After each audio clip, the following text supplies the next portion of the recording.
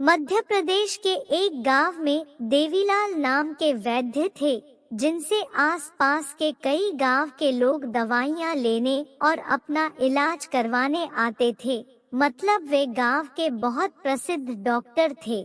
सभी उन्हें वैद्य जी कहकर पुकारते थे। उनकी इकलौती बेटी थी, जो बड़ी ही सुंदर थी। एक प्रकार से वो पूरे गांव की बेटी थी। सभी उसे प्यार से पारो बुलाते थे। उसे बचपन से ही कभी किसी चीज की कमी नहीं हुई थी। बड़े ही नाजों में पली और बड़ी हुई थी पारो। जब उसका विवाह पास के गांव के तिवारी जी मतलब सरपंच के बेटे के साथ हुआ, तब पूरे गांव को दावत दी गई थी। सब कुछ बहुत ही बढ़िया हुआ था। लेकिन यह क्या, एक ही माह के बाद वह लड़की अपने पिताजी के पास आकर फूट फूट कर रो रही थी। सिसकियों के कारण वो कुछ बोल ही नहीं पा रही थी। पिताजी के बहुत पूछने पर उसने बहुत देर बाद बोलना शुरू किया और बोला, पिताजी मैं उस घर में फिर कभी नहीं जाऊंगी, मैं आपके पास ही रहूंगी। ऐसा बोलकर वो फिर जोर जोर से रोने लगी। पिताजी समझदार थे। उन्होंने अपनी बेटी के सिर में हाथ फेरते हुए बोले, कोई बात नहीं बेटा, तू आराम कर, हम बाद में बात करेंगे।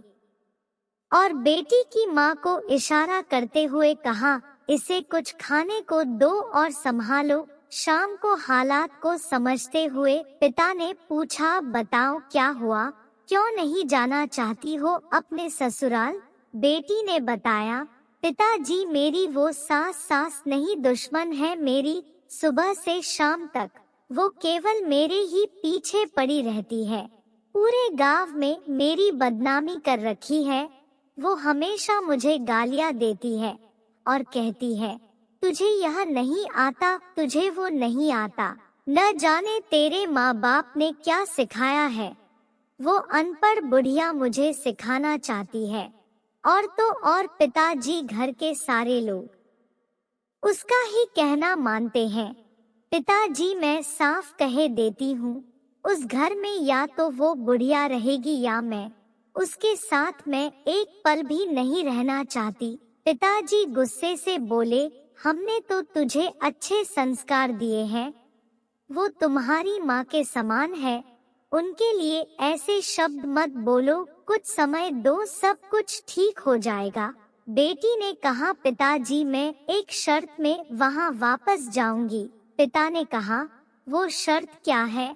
पिताजी आप तो इतने बड़े वैद्य हैं, दवाओं और जड़ी बूटी के विषय में जानते हैं। पिताजी सिर हिलाकर हामी भर रहे थे और बोले, तो आप मुझे कुछ ऐसा जहर दो कि जिसे खाकर मेरी सास मर जाए, क्योंकि मैं उसे किसी भी रीति से बर्दाश्त नहीं कर सकती। पिताजी मुस्कुराते हुए बोले, बेटा ऐसे में तो तेरे ऊपर समस्या आ जाएगी, उसके मरते ही पुलिस तुझे जेल भेज देगी। बेटी ने भी थोड़ा सोचते हुए बोली, हाँ यह तो मैं सोची ही नहीं। पिताजी ने कहा, ठीक है, मैं तुझे एक ऐसी दवा दूंगा कि उसे रोज एक पुड़िया खाने में मिलाकर दे देना। लगभग 2 महीने में कोई भी इसे थोड़ा थोड़ा खाकर मर सकता है।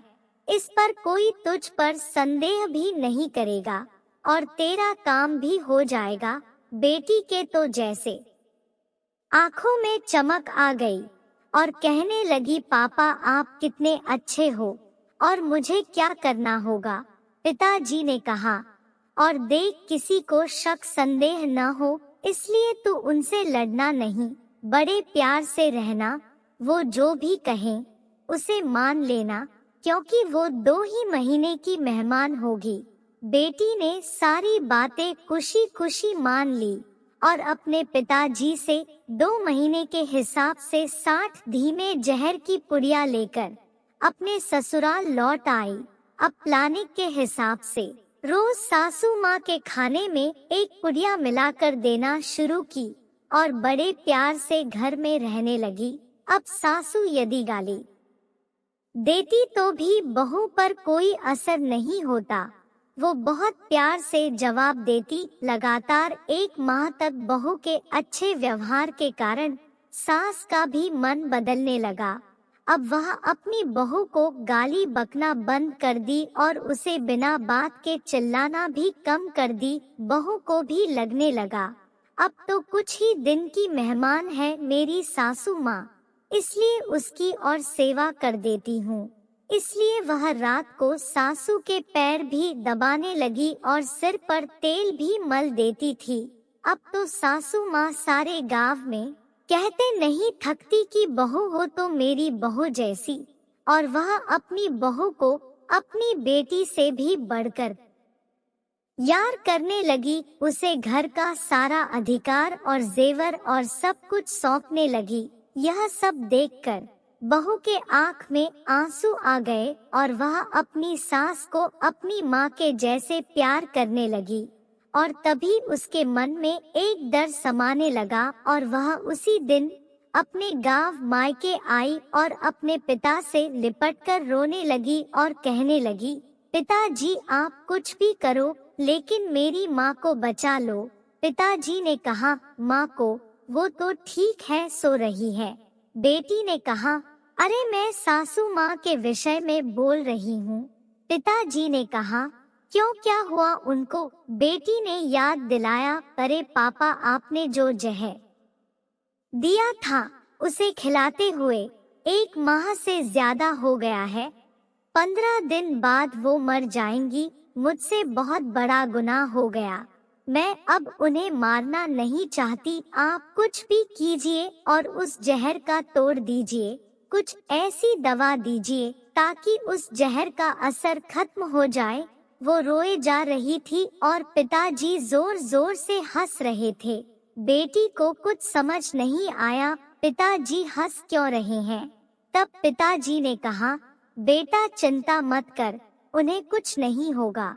मैं जानता था, तेरा दिल बहुत अच्छा है, तू किसी को मार नहीं सकती। मैंने जो पुड़िया तुझे दी थी वो तो काला नमक और जीरे का पाउडर था जो स्वास्थ्य के लिए लाभदायक है। देख बेटा, यह दुनिया ऐसी ही है, हम जैसा इस दुनिया को देते हैं वैसा ही प्राप्त करते हैं। यदि हम दूसरों को नफरत देंगे तो नफरत ही पाएंगे। यदि हम लोगों को प्रेम देंगे तो वापस प्रेम ही पाएंगे। बेटी चुपचाप खड़ी खड़ी आश्चर्य से अपने पापा की बुद्धिमानी भरी बातें सुन रही थी और आंसू बहा रही थी। ये आंसू खुशी के थे। विश्वास करते हैं सास बहू की मजेदार कहानी आपको पसंद आई होगी। तो दोस्तों, कैसी लगी आपको हमारी आज की कहानी? आप अपने अनुभव हमारे साथ साझा करें और भविष्य में आप किस विषय पर वीडियो चाहते हैं हमें कमेंट में बताएं और लाइक करें, शेयर करें और अगर चैनल पर नए हो तो सब्सक्राइब करें। आप सभी का धन्यवाद।